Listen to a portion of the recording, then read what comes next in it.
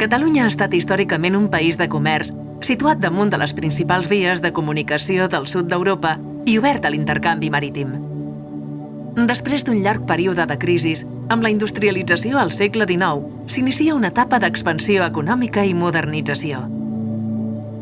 Grans transformacions comencen a dibuixar el model territorial de la Catalunya moderna.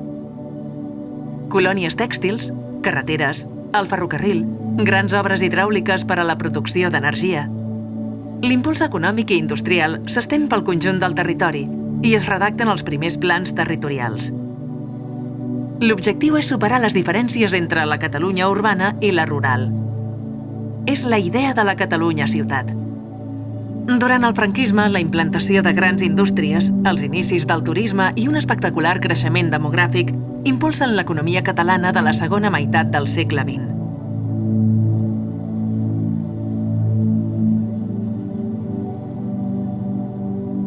Als anys 80 es viu un moment de crisi del model industrial.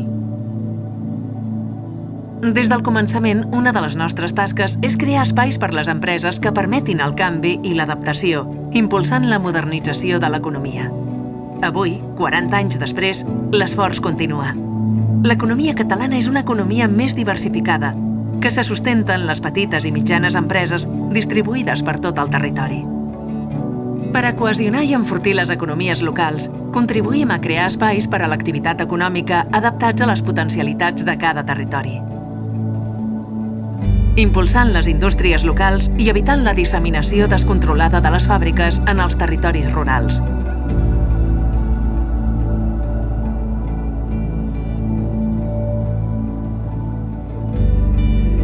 Cada any rebem a Catalunya més de 20 milions de visitants i pel nostre territori passen bona part de les mercaderies del sud d'Europa. L'economia catalana és també una economia oberta al món.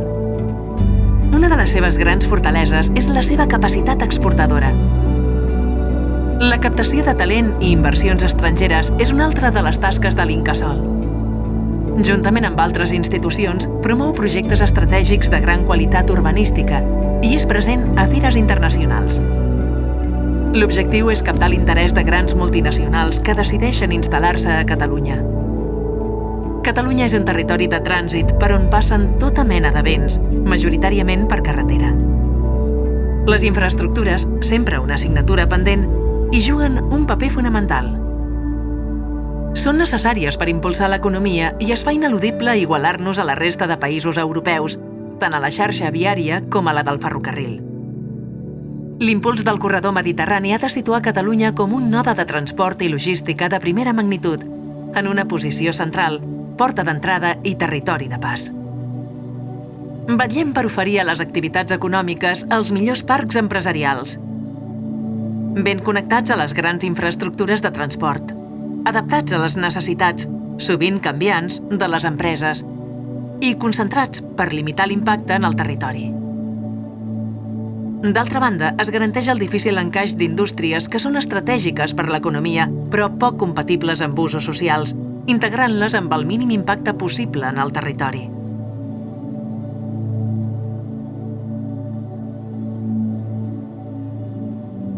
L'economia ha de seguir canviant en el futur.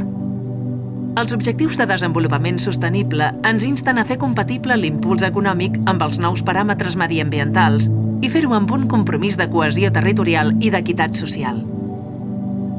El canvi climàtic imposa canvis profunds en el model productiu. Des d'una economia lineal, basada en l'extracció de recursos i el seu retorn al medi en forma de rebuig, cal avançar cap a una economia circular, en la que els recursos no es llencen, sinó que es reutilitzen. Els espais també necessiten adaptar-se, ser respectuosos amb l'entorn i el medi ambient, i fomentar l'economia verda i circular. La irrupció de les noves tecnologies, la intel·ligència artificial i la fabricació digital canviarà del tot els processos productius. És el que anomenem la quarta revolució industrial. Haurem d'afrontar que alguns llocs de treball deixin de ser necessaris, però, en canvi, se'n crearan d'altres en relació amb la creativitat i el coneixement. Assolir la plena transformació digital implica aprovar l'activitat econòmica als centres de recerca i coneixement i emprendre projectes atractius per les empreses capdavanteres en la nova economia. Un dels nostres projectes més representatius és el Parc de l'Alba. Pioner al sud d'Europa, és un exemple d'urbanisme al servei de l'empresa amb els més alts estàndards de qualitat en serveis, dotacions i disseny urbà. Espais atractius internacionalment a la vegada que garanteixen que els nostres pobles i ciutats s'adapten a la nova economia sense quedar-se enrere.